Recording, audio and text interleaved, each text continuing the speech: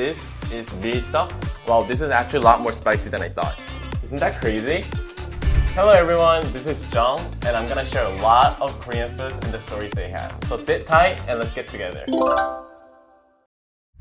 Hey guys, today we're gonna eat tteokbokki. Do you know who likes tteokbokki? Basically every single Korean. But you know who else? BLACKPINK Jennie apparently also loves tteokbokki. In 2025 February, she said that all foreigners must try this tteokbokki whenever they visit Korea. I bet there is not a single Korean who didn't have tteokbokki after school with their friends. But today we have two different types of tteokbokki. This is tteok. It's a flour-based rice cake. And over here, the super long one, they're actually made of rice. So it's called tteok. The difference in those two is that this is a lot more softer and more fluffy, and this is a lot more chewy. Let's have a first bite with the tteok first.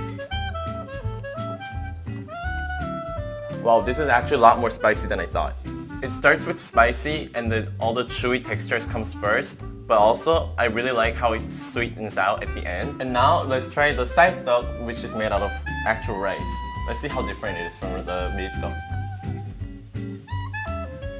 Can you see how big this is compared to the tteok? With this size, it's a lot more to chew and it's a lot more textury. So I think this tteok is a lot more fluffy than the rice tteok, which is a lot more chewier. And I think the taste itself is a little different. I think because this is made out of actual rice, I think it has a natural sweet flavor to it. But honestly, I don't think I would be able to tell the difference if I had eyes blind.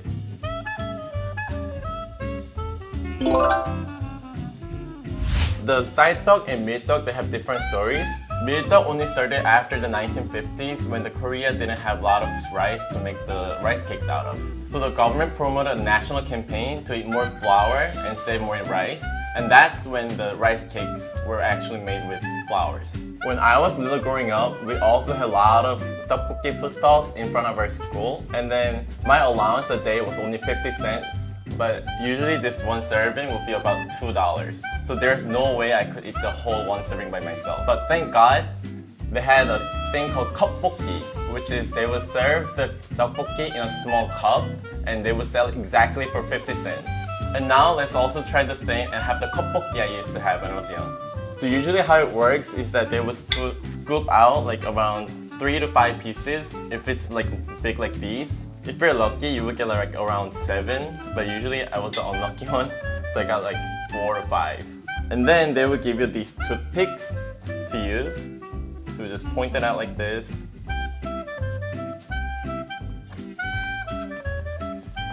Eating it like this, I think I'm really back in my elementary school. So this tteokbokki we eat today is commonly loved by everyone and we can easily find it in street food stalls. But when it first began, the rice was so scarce and it was usually served by the royal class families only. And then the sauce itself was also made with soy sauce because back then, gochujang was not invented. They used to have this rice cakes and beef and veggies and they would stir fry it and that would be served to royal class families. What we have today, more for common people, more spicy, is actually not how it started. So with the tteokbokki, we have its best companies, the sundae and tigim. Tigim is basically just deep fried, it's similar to Japanese tempura. And sundae, as you can see, is almost all with glass noodles. And the best sauce for this is of course the tteokbokki sauce.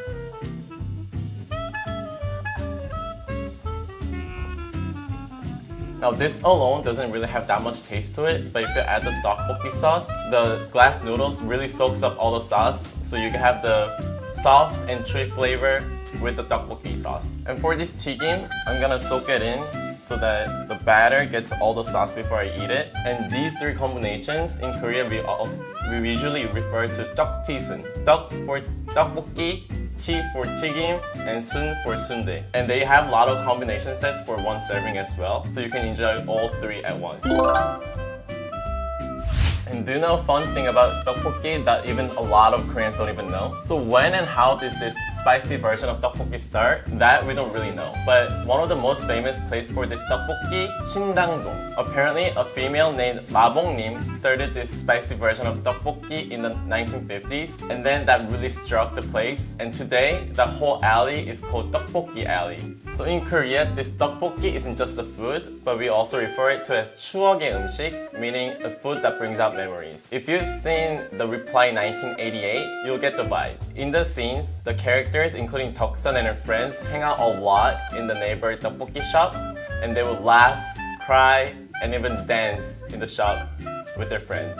So I was web surfing the other day and I realized that tteokbokki actually was sold in NFL League in 2013, Houston, Texas. They said it was sold for $13, which is quite expensive, but still, everything was sold within the second quarter. Isn't that crazy? So today we discovered about Jennie's favorite food. It's many of Koreans' favorite food as well. And if you like today's story about tteokbokki, please don't forget to like and subscribe.